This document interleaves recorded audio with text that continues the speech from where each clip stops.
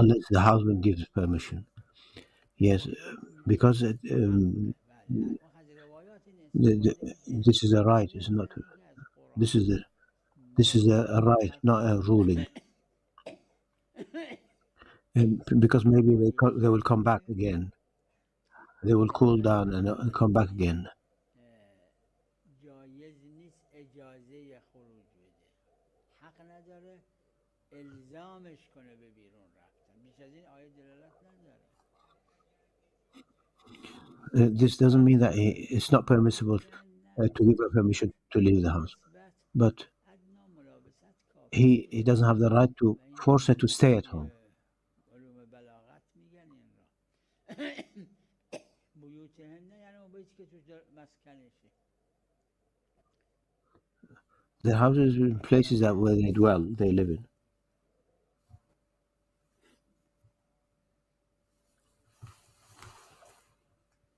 حرام خودش بی اجازه شوهر بیرون، یعنی به ماهیه. میدونم نه اصلا ما بودیم اولا It's haram for her to leave the house without the husband's permission. اینکه حالا که طلاقش داد قهر نکنه زنه بره بیرون. Now, when the divorce is taking place,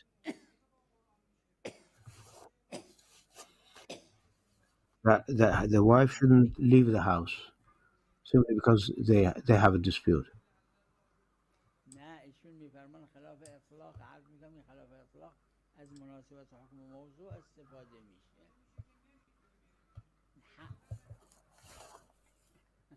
نه خودش چون قهر کرده حق نداره بی اجازه زوج باشه بره بیرون.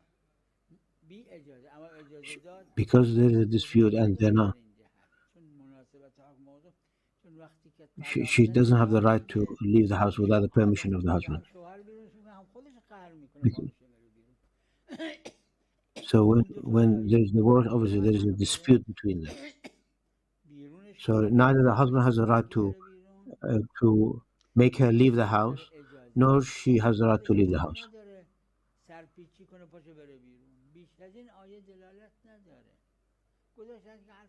The ayah doesn't say more than that.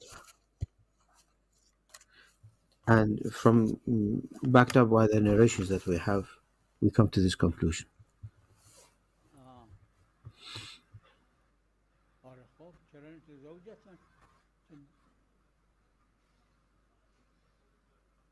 لا یخرجن میگن نرو بیرون. لا یخرجن میگن نرو بیرون. The word لا یخرجن means she should not leave the house. بله. آره. آها. نه در طلاق تو روایت داره که شاید برگردن. We have in divorce, maybe they may cool off and they come back together. یعنی اطلاق استفاده میشه از این روایت. We use the unqualified nature of this riwayah to reach this conclusion. میگم همونجوری که فقها فرمودن، یعنی روایاتش آدم ببینه غیر از فقط تنها قرآن کریم، این برداشت میشه ظاهرا. We can arrive at this understanding if we look at the narrations in this respect alongside the Quran. بله بله بله بله.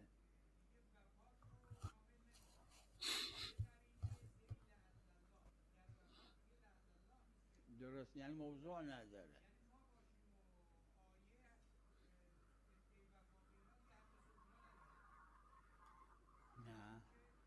نه در عهد وفات حق.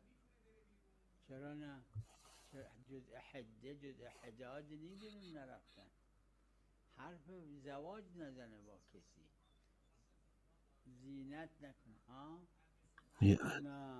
Yeah, she's not allowed to talk about marriage with someone else. آدم نیست که حق انگلیسی میگه حق سکونت داره. یعنی اگر بیرون میکنن یعنی ملک نداره این. چرا نه؟ چرا نه؟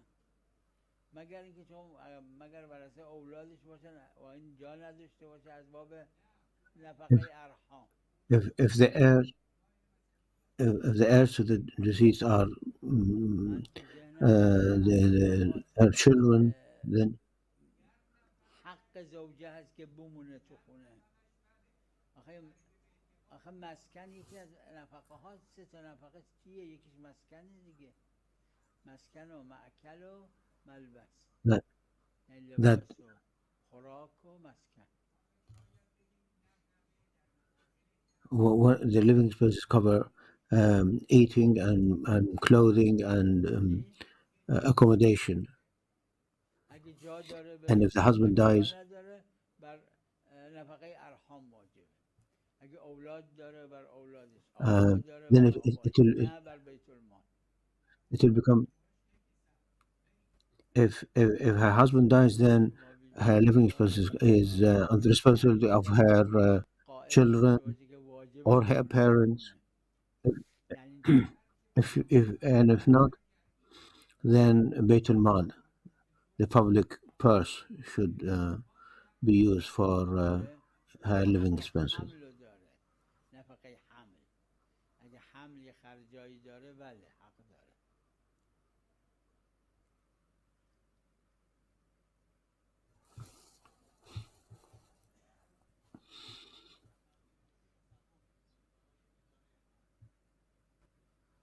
تو ذهنمه که نفقه حمل داره، نه از ارث حمل، که ممکنه حمل ارث نداشته باشه.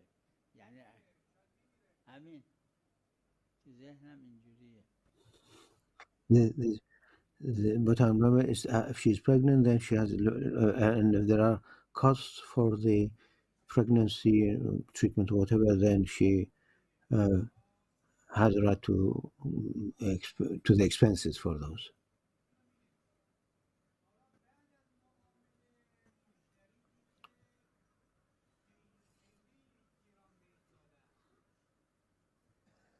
بله بله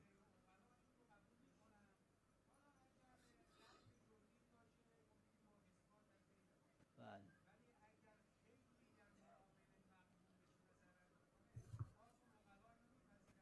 بحث عقلا، این بحث حکم شرعیه. یعنی No, this is not about rationality. We have a Sharia ruling.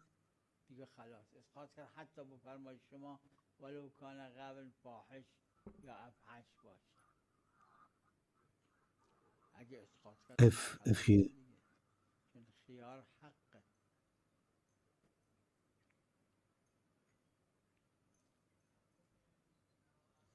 بله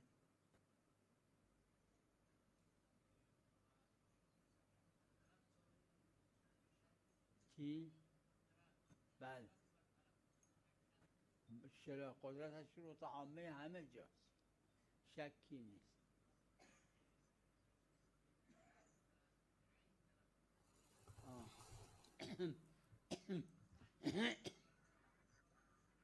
بله عرض کردم با اینکه زمان معصومین علیهم السلام از حضرت سجاد علیه السلام، as I said, during the Ma'sumin alayhim salam, from the time of Imam Hussein onwards, many of non-Arabs used to become Muslims. And there was no doubt that they couldn't pronounce some of the words or some of the letters. Today we see people, non-Arabs, who can't pronounce it correctly, let alone that time.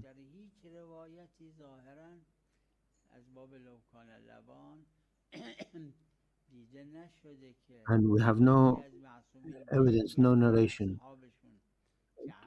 that one of the Ma'sumin to say to one of the companions who were non-Arabs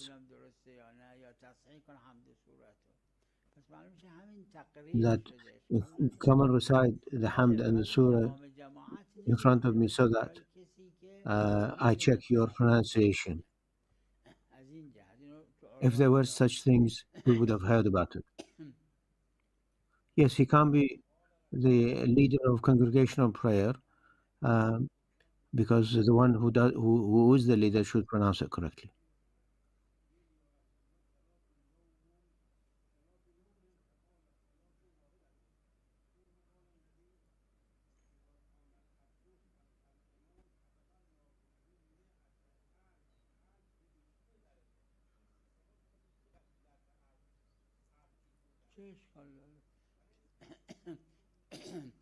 انسان تو دنیا چقدر زندگی میکنه؟ خیلی خیلی فرض 100 سال یا خورده بیشتر. وقت چقدر نیاز داره تو این دنیای 100 سال؟ تو آخرت که یه روزش 50,000 ساله، وقت بهشت که There's no problem with that. یا خالدونه میلیون ساله، خب بیشتر نیاز داره. وقت این ثواب مال اونجاست، چه گیری داره؟ هر قد میشه ضرب بزنید چقدر میشه. بله روایت داره اگه معموم یکی باشه، اگه 2 تا، اگه 3 تا، اگه 10 تا باشه، اگه بیش از 10 تا شد ثوابش لا یحصیها الا الله. Whether those who are following the Imam in prayers are 1 or 10, whatever.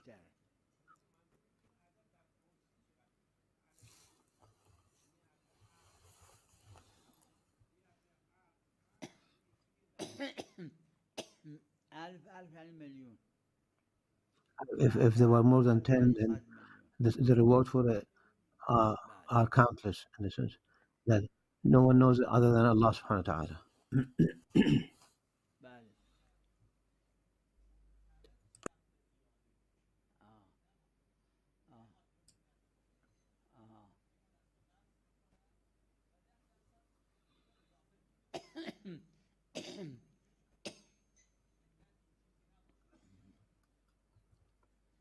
ظاهر کل قرض جر نفعا اینه که مقرض شرط میکنه. اگر گفتی جر نفعا اطلاق داره با همون به نظر نمیرسه. یعنی when كل قرض جر نفعا وقتی اقل اکثر شد دیگه قدر متیقن با ظهور باشه.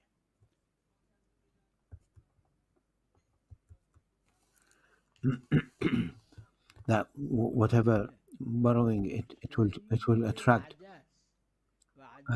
some benefit, some profit.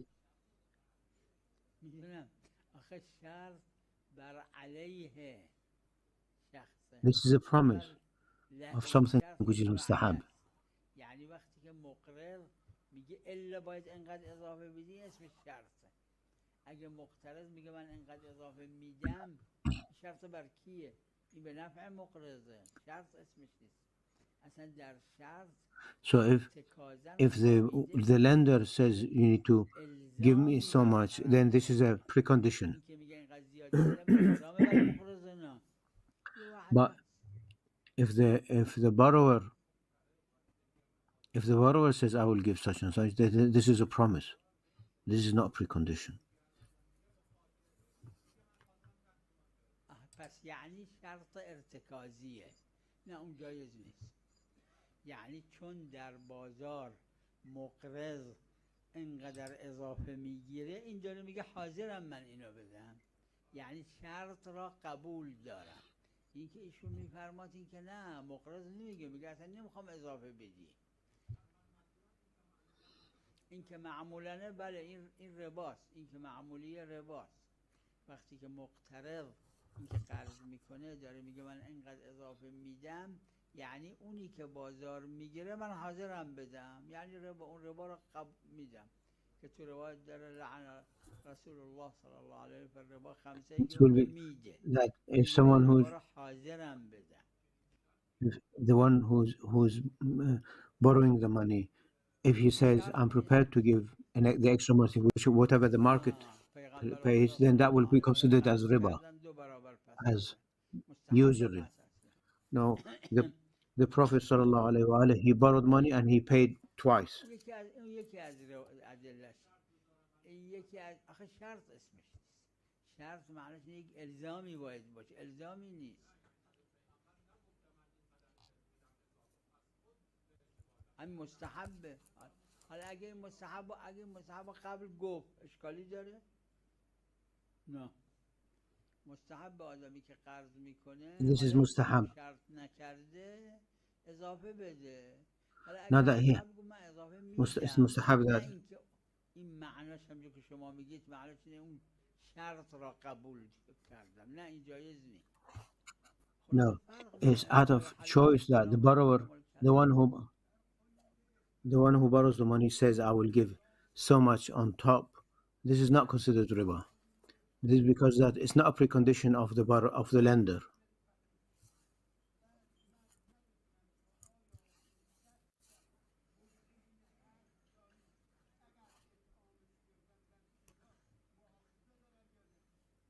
نتیجه نداره، چون تمسک به عام در شبهه مصداقیه است. اگه اون گفت اطعم الفقیر و من نمیدونم این فقیره یا نه و اطعامش کردم، نمیدونم این امر مولا رو امتثال کردم. When it says that you should feed the poor and you feed someone who and you don't, اکرامش کردم، این امتثال نیست. and I don't know if this person that I fed is poor or not, then obviously this is not acting according to this riwayah and this instruction, because I don't know if he was poor. چه فرق میکنه فقر یا علم؟ اون گفت فقیر، این گفت عالم. اگه شک شده که این مصداق هست تمسک به عام چطور من بدونم این عام، این مصداق عامه وقتی که شک در مصداق دارم؟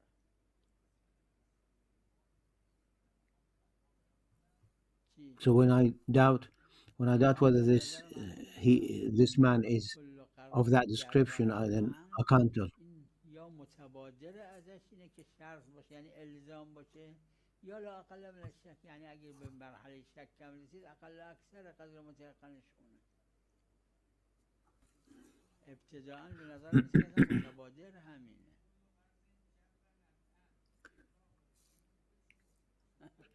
The narration which says that every borrowing, then that will attract some benefit.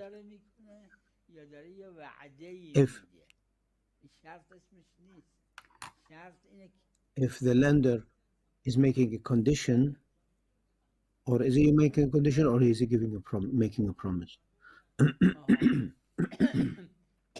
این اگه فرمایش این آقای چیز باشه، آقای حکیم باشه که این معناش اینه که اون ارتکازی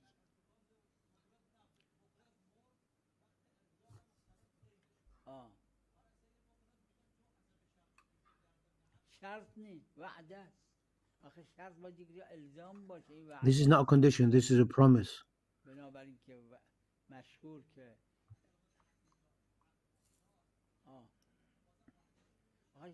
شرط در ضمن عقد، شرط یعنی الزام، یعنی الزام دیگه. When you have a precondition, one must adhere to it. Obligation, but this is not obligation. This is on the surface of it. This is a promise.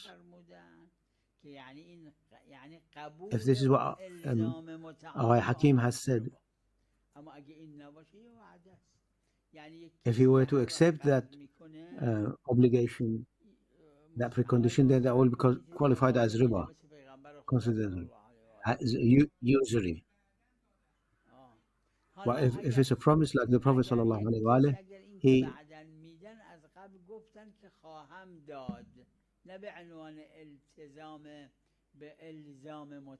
so if someone who wants to give the extra afterwards, before that he says, I will give. What's the problem with that?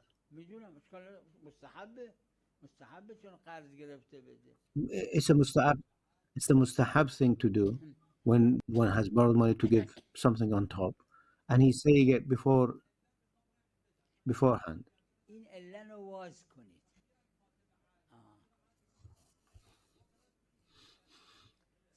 کاتب عقل وقتی که می نویسه کاتب عدل می‌نویسه این شرط یا می‌نویسه وعده.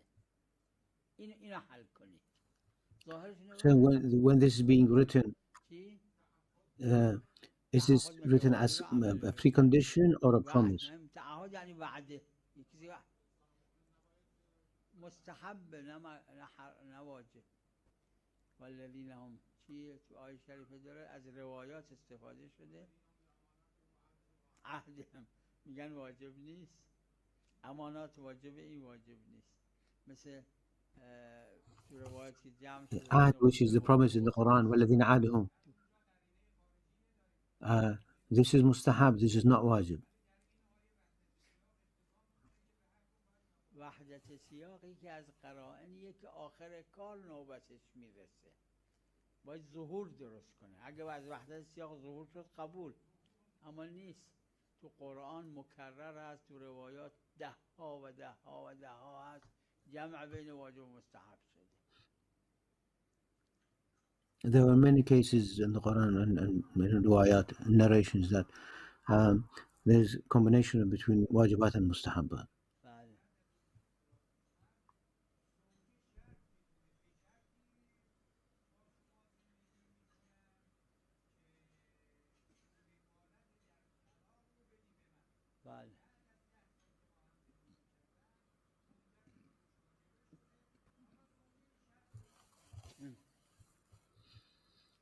شرط ابتدایی تسالم هست که واجب نی عمل بهش. شرط در ضمن عقد لازم تسالم هست که واجب عمل بهش. If there are initial غیر لازم محل precondition, then جماعتی گفتن واجب عمل. این شرط از کدوم قبیل باشه اون حکم داره دیگه. اگه صرف وعده there are different categories of preconditions. If it's a promise, then it's not a precondition. استدلال کردن بعضی، اما خب جوابم دادن.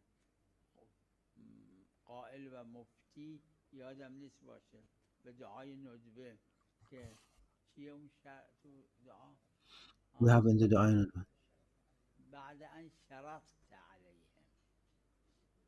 بعد ان شرطت علیهم. شرط گذاشته. جواب دادم. مشهور. After you've made it. شرط ابتدایی و پای المؤمنون عند شروطهم نمیگه. Made a condition. باید یا در ضمن عقد لازم باشه یا در ضمن عقد غیر لازم اقلا. This should be as part of a mandatory contract. قول داره اما ایشون فکر نمی‌کنم فتوا داده باشن. But this means he's given a promise. No, this is not called initial precondition. You should give an example which doesn't have this doubt in it. نه این علامه داره اینو میگه این لازمه، جماعتی گفتن لازمه، جماعتی گفتن نه. میگه الق متاعک فی البحر و علیه. اگه دو تا شد میشه حکم عقد پیدا میکنه. نه یکیش بکنید. یک کسی گفت نگفت خونه بخر من پولت میدم، نه گفت من اینقدر پول بهت میدم، میشه وعد. If somebody says,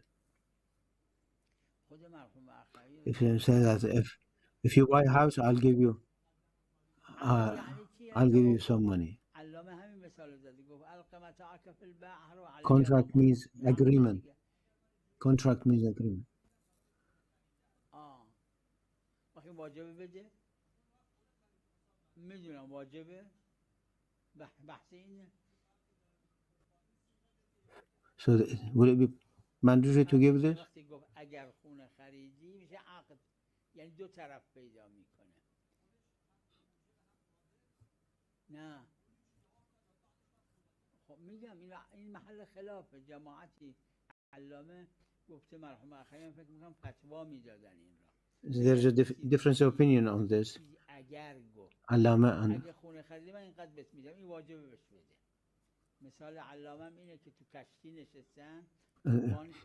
If for example someone says if you buy a house I'll give you so much, then it's wajib for him to give him. از غرق پیدا کنن.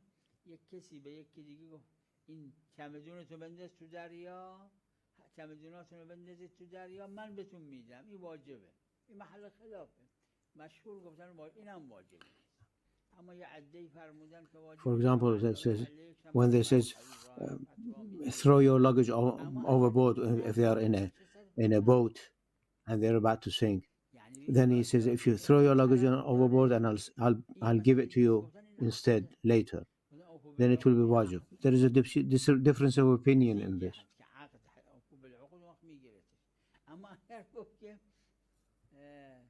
هر وقت خونه خریدی، نگفت اگر خونه خریدی، گفت هر وقت خونه خریدی من انقدر بهت میدم. حالا نگفت هر وقت خونه خریدی، گفت انقدر بهت میدم برای که خونه بخری. حالا قدر واجبه بده وعده.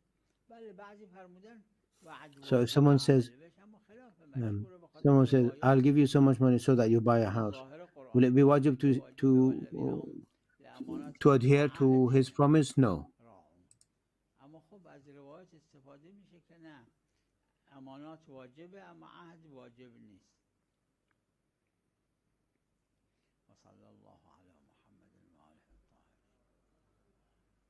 وصلى الله على محمد وعلى آله وصحبه.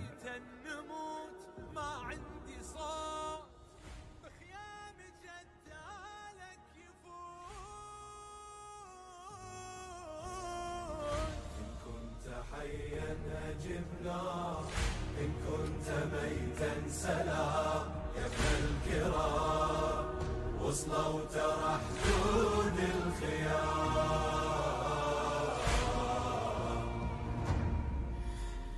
طيف مدري صدق لو طيف، شف اللي ما رد ضيف يا حيف، ما بي رمق ينهض يشيل